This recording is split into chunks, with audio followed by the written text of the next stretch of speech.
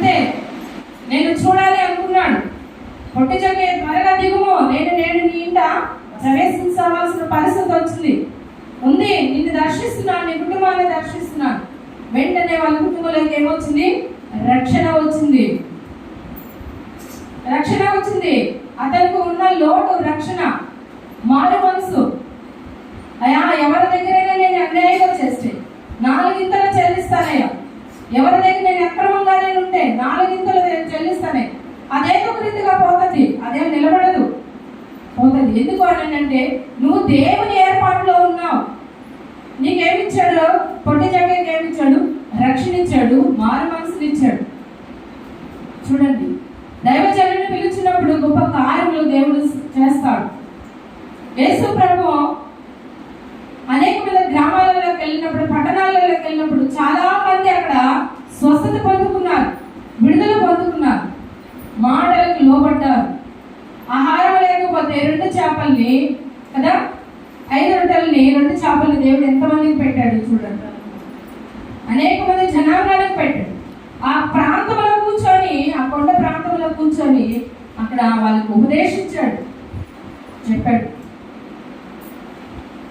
అన్ని దినాలు వాళ్ళు అక్కడ అన్ని గంటలు వాళ్ళు కూర్చొని వాక్యం వింటున్నప్పుడు దేవుడు కార్యం చేయలేదా?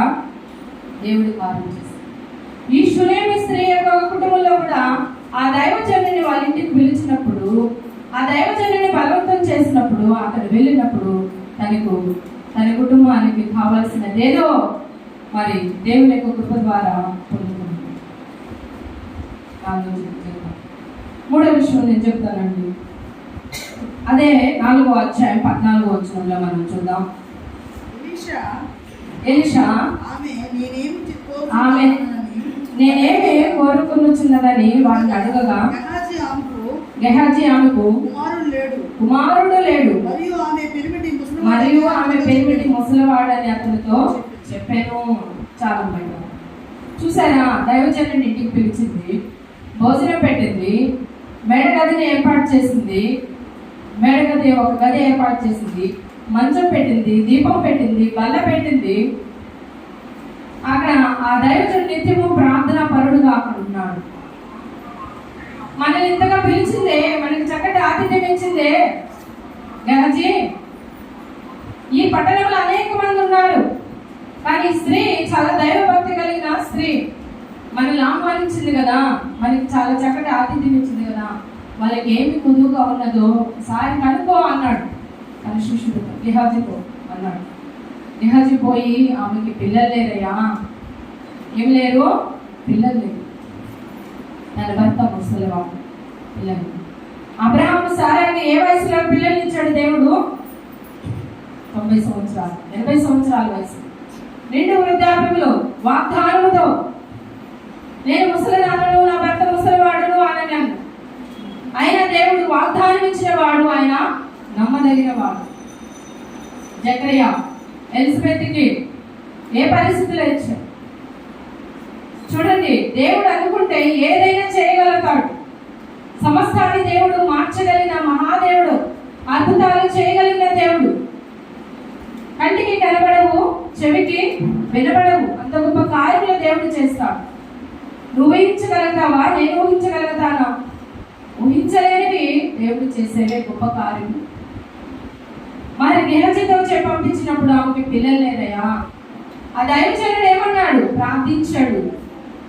దైవజనుడు ప్రార్థించాడు, అయ్యా మాకు నీ నామ పేరట మాకు సహాయం చేస్తుంది యొక్క భక్తురాలు, మాకు కడుపు నిండా ఆహారం పెట్టింది, మాకు కావలసినది ఒక గదిని ఏర్పాటు చేసింది, దీపస్తంభం పెట్టింది, మంచం పెట్టింది, ప్రార్థించడానికి అన్ని కావాల్సినది ఏర్పాటు చేసిందయ్యా. ఈ దైవజనరాలకి వధువుగా ఉంది, మీరు సహాయం చేయవా అని అన్నప్పుడు ఆమెకి చక్కటి కుమారుని దేవుడు అక్కడ అనుగ్రహించాడు. చక్కటి మాటని చెప్తున్నాడు ఎలీషా. ఆమె నేనేమి కోరుచున్నదని వారిని అడుగగా, గెహాజీ ఆమెకి కుమారుడు లేడు మరియు ఆమె పెరిమిటి ముసలివాడని అతనితో చెప్పాడు. అందుకు అతడు ఆమెను పిలవమనగా వాడు ఆమెను పిలిచిను. ఆమె వచ్చి ద్వారమందు నిలవగా ఎలీషా మరుసటి ఏటా, చూడండి ఇక్కడ గమనించండి, మరుసటి ఏట అన్నాడు. 1 సంవత్సరం గ్యాప్ ఇచ్చాడు దేవుడు. 1 సంవత్సరం గ్యాప్ ఇచ్చాడు. కొంతమంది అంటారు ప్రార్థించిన వెంటనే జరిగిపోవాలంటారు, ప్రార్థించిన వెంటనే కావాలని అంటారు. కాదు, సమయం ఉంది. అక్కడ ఒక సమయం ఉంది. ఆ సమయంలో నువ్వు నల్లగొట్టబడుతున్నావా? దేవుని నామాన్ని మహిమ కొరకే నువ్వు ఓర్పుతో ఉండాలని దేవుడు కోరుతున్నాడు. నిరీక్షణతో ఉండాలని కోరుతున్నాడు. ఎదురు చూడాలని కోరుతున్నాడు. ఈ ఓర్పుతో నిరీక్షణతో నువ్వు నలగొట్టబడినప్పుడు దేవుడు ఆ సమయంలో నీ హృదయాన్ని దేవుడు తెలుస్తాడు. నేనంటే ఏందో తెలుసుకుంది బిడ్డ, నేనంటే ఏందో రుచి చూసింది. యావే ఉత్తముడని, యెహోవా ఉత్తముడని రుచి చూసి తెలుసుకుంది. ఈ కాలంలో ఈ టైంలో ఏం చేస్తామనంటే దేవుడిని ఇంకా గట్టిగా తెలుసుకుంటాం. ఆయన కార్యములు అంటే ఏంటో తెలుసుకుంటాం. ఆయన కార్యములు అంటే ఏంటో తెలుసుకుంటాం. ఆయన కార్యాలు అంటే ఏంటో తెలుసుకుంటాం. మనం గమనించాలి. ప్రియనేస్తమా, ప్రియ దేవుని జనాంగమా, మీదటికి ఇక్కడ సంవత్సరానికి అని అంటున్నాడు. చక్కటి కుమారుడు దేవుడు నీకు అనుగ్రహిస్తాడు అని అందుకు అతడు ఆమెను పిలవగా వాడు ఆమెను పిలిచెను. ఆమె వచ్చి ద్వారబంధం ముందు నిలవగా ఎలీషా మరుసటి ఏట ఈ ఋతువున నీ కౌగిట కుమారుడు ఉంటుందని ఆమెతో అనెను. ఆమె ఆ మాట విని దైవజనుడైన నా ఎదుటవాడ అలాగ పలకవద్దు అన్నది. అలాగా నైనా నాతో అబద్ధం ఆడవద్దు అంట. అయ్యా అలా పలకవద్దు, అబద్ధం ఆడవద్దు అంట. భక్తి ఉన్నది కానీ నేను యోగ్యతరాలను కాదు, అర్హత లేని దాన్ని కాదు. సారా గుడారం ఎదుటికెళ్ళి ఎంటాలకెళ్ళి నవ్వుకుంటా. కానీ దేవుడికి తెలియదేమో అనుకుంది అక్కడ. అబ్రహాం, నేను వాగ్దానం ఇస్తున్నాను కదా, నేను వాగ్దానం ఇస్తున్నాను, నీ భార్య గుడారం వెనకాల వెళ్ళి నవ్వుకుంటుంది. సారా నువ్వు అన్నాను. నేను నవ్వలేదు, నువ్వు నవ్వేవన్నాను, ఒప్పుకున్నది. దేవుడు కావాల్సిన శక్తిని, బలాన్ని, ఆశీర్వాదాన్ని దేవుడు పరిపూర్ణంగా దేవుడు అనుగ్రహించేవాడు. ఆర్థిక విషయాలలో దేవుడు సహాయం చేస్తాడు. ఆరోగ్య విషయాలలో దేవుడు సహాయం చేస్తాడు. ఉన్నతమైన స్థితిలో దేవుడు నిన్ను పెడతాడు. గనుడుగా నిన్ను పెడతాడు. అతడు నన్ను ప్రేమించుచున్నాడు కనుక అతను నేను అతడు నా నామం ఎరిగిన వాడు కనుక నేను ఘనపరుస్తాను అన్నాడు. ఘనపరుస్తాను. ఘనపరిచినప్పుడు నువ్వు ఒక గనుడుగా ఉంటావు. ఘనపరచబడినప్పుడు నువ్వు ఘనురాలుగా ఉంటావు. నీ పట్టణంలో ఘనురాలుగా ఉంటావు. చూడండి ఎంత మంచి ఉన్నతమైన పేరు ప్రఖ్యాతులు ఇస్తాడు దేవుడు. స్త్రీకి ఇచ్చాడు ఘనురాలు, స్త్రీకి ఇచ్చాడు ఘనురాలు అన్నది. ఆ కొరతని తీర్చాడు దేవుడు. ఘనురాలుగా ఉంది.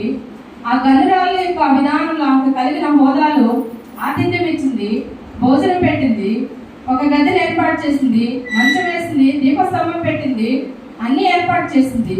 ఆమెకున్న సమృద్ధిలో దేవుని కొరకు, దేవుని యాజకులకై మరి ఖర్చు పెట్టింది. ఆమె కొరతను దేవుడు తీసేసింది. పరిచర్య చేసింది. అక్కడ ఆలోచన గొప్పది. పరిచర్య చేసింది, కొరతను తీర్చుకుంది. కొరతను తీర్చుకుంది. మనం అనుకుంటాం నాకు డబ్బు ఉంది కొరత లేదనుకుంటాం, బట్టలు ఉన్నాయి కొరత లేదనుకుంటాం, ఇల్లు ఉంది కొరత లేదనుకుంటాం. కొరతగా ఉన్నదేదో నీకు తెలుసు, లోపల ఉన్నదేదో బయటకు చెప్పుకోలేకపోయినా లోపల నీకు తెలుసు కొరతగా ఉన్నది. తెలియబడినవి ఎన్నో ఉన్నాయి, బయటకు తెలియబడినవి ఎన్నో, నీకు తెలిసినవి లోపల ఎన్నో ఉన్నాయి. ఆ కొరతని తీరుస్తాడు దేవుడు. ఆ కొరతని దేవుడు తీరుస్తాడు. పైకి కనబడే కొంతమంది మనశ్శాంతి ఉండదు, నెమ్మది ఉండదు, అస్తమాన గొడవలు, అస్తమాన సమస్యలు, అస్తమాన వేడుపులు కదా. ఐక్యత ఉండదు, ప్రేమ ఉండదు, సంతోషం ఉండదు, సమాధానం ఉండదు. ఎట్టుకుంటే తగ్గమని అంటారు, మాటలు ఎట్టుకుంటే తగ్గమని అంటారు.